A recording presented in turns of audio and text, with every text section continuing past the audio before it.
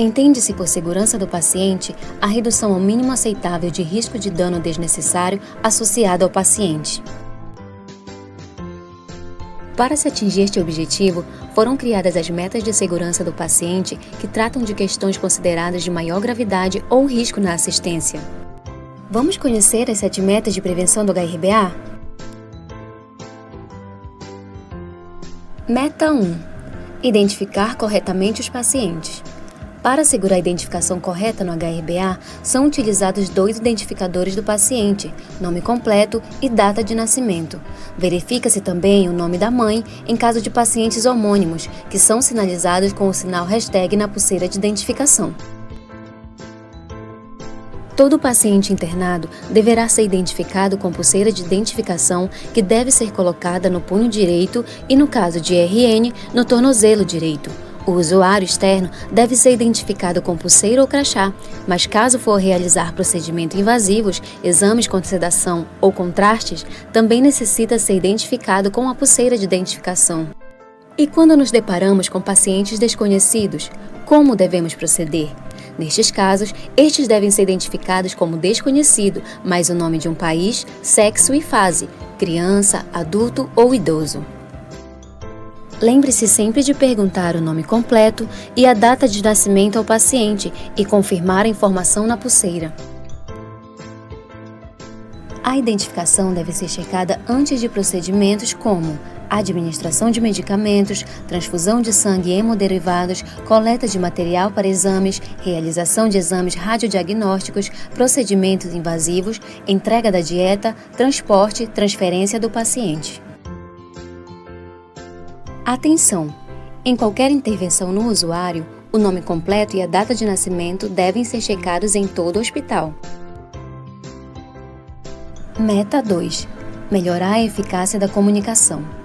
A segurança da assistência nas instituições de saúde depende de uma comunicação efetiva entre os profissionais, portanto, precisamos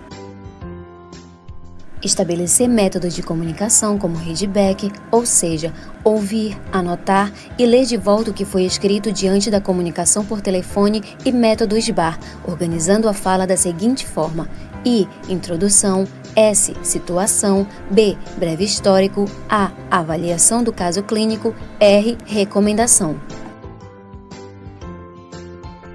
Também devemos melhorar o processo para relatar resultados críticos de exame de diagnóstico, em que o setor responsável pela realização do mesmo deverá acionar imediatamente a unidade assistencial via telefone com a seguinte fala: notificação de resultado crítico, favor realizar registro.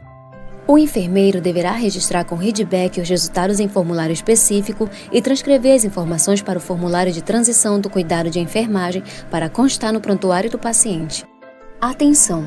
Quando o resultado crítico for de paciente da unidade de internação, o TRR deverá ser acionado imediatamente conforme critérios de exame em alerta.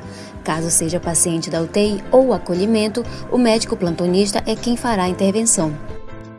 E como fazer a comunicação de transição ou de passagem? Na passagem de plantão, os profissionais que passam e recebem o plantão deverão registrar a assinatura no formulário de passagem, devendo-se manter um profissional de referência no posto de enfermagem, que deverá ser sinalizado com a placa: estamos em passagem de plantão. Já adiante da transferência do paciente, a unidade de origem sempre deve informar a unidade de destino, o grau de complexidade do paciente e as medidas de precaução padrão, além de realizar as evoluções e anotações em prontuário. Lembrando que, na transferência para exames ou procedimentos no serviço de apoio diagnóstico e terapêutico, o formulário específico deve ser preenchido.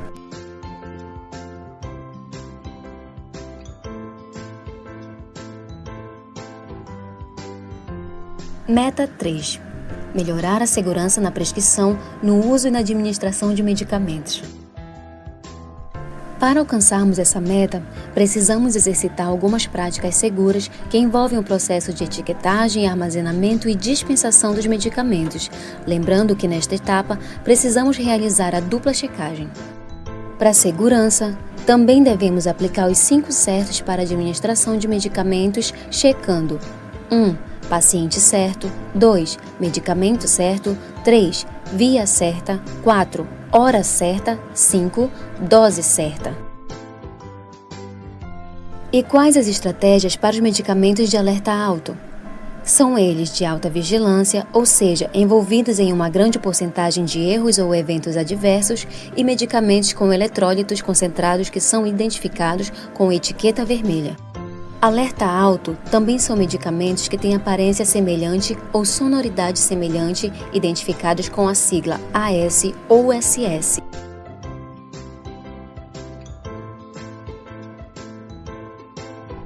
Meta 4. Garantir o local correto, o procedimento correto e a cirurgia no paciente correto. E para isso, alguns procedimentos precisam ser seguidos, como a marcação do local da cirurgia ou procedimento invasivo exclusivamente pelo médico com um sinal de alvo em todos os casos que envolvam lateralidade, múltiplas estruturas ou vários níveis. Antes da entrada do paciente no bloco cirúrgico ou sala de procedimento, também é necessário realizar o processo de verificação prévia dos materiais, equipamentos, documentação e preparo do paciente.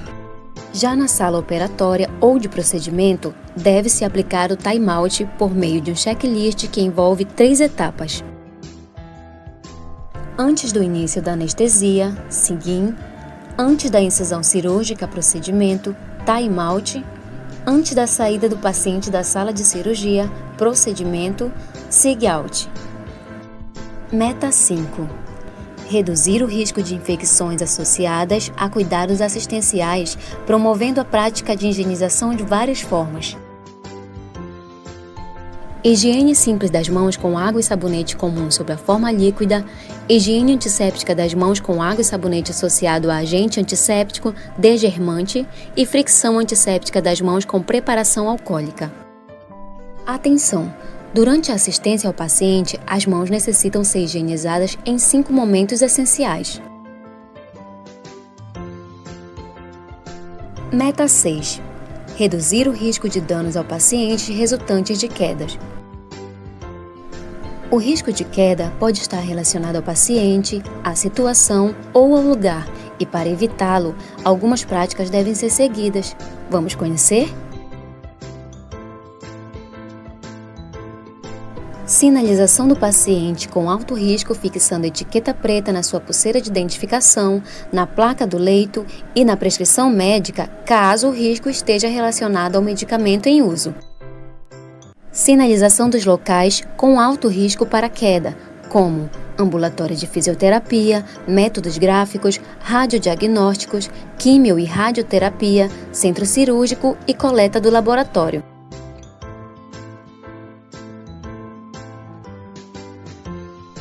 E o mais importante, cumprir com todas as ações preventivas do gerenciamento de risco relacionado à queda no HRBA. Meta 7. Reduzir o risco de lesão por pressão. A estratégia de prevenção compreende 6 etapas. Etapa 1. Avaliação da lesão por pressão na admissão de todos os pacientes. Para tanto, o enfermeiro deve aplicar a escala de Braden no ato da admissão, observando quais os fatores de risco para a lesão, a fim de classificar o paciente em alto, moderado, baixo risco ou sem risco. Após a classificação, os pacientes com risco devem ser sinalizados com etiqueta amarela na sua pulseira de identificação e na placa do leito. Além disso, o enfermeiro deverá traçar o plano de cuidado de acordo com o fator e grau de risco obtido. Etapa 2. Reavaliação diária de risco de desenvolvimento de lesão por pressão de todos os pacientes internados. Etapa 3. Inspeção diária da pele. Etapa 4. Manejo da umidade mantendo o paciente seco e com a pele hidratada, lembrando que nesse processo deve-se utilizar a escala de Nix. Etapa 5. Otimização da nutrição e da hidratação, em que o enfermeiro deve acionar o nutricionista para a avaliação e acompanhamento dos pacientes classificados com risco. Etapa 6. Minimizar a pressão utilizando o orientador de mudança de decúbito fixado à beira do leito e cumprindo todas as práticas de controle do gerenciamento de risco. E quando detectamos a ocorrência da lesão? Nestes casos, devemos acionar o time cuidador de pele para avaliação do paciente e prescrição do tratamento. Agora que conhecemos as 7 metas de segurança do HRBA, Vamos juntos praticar!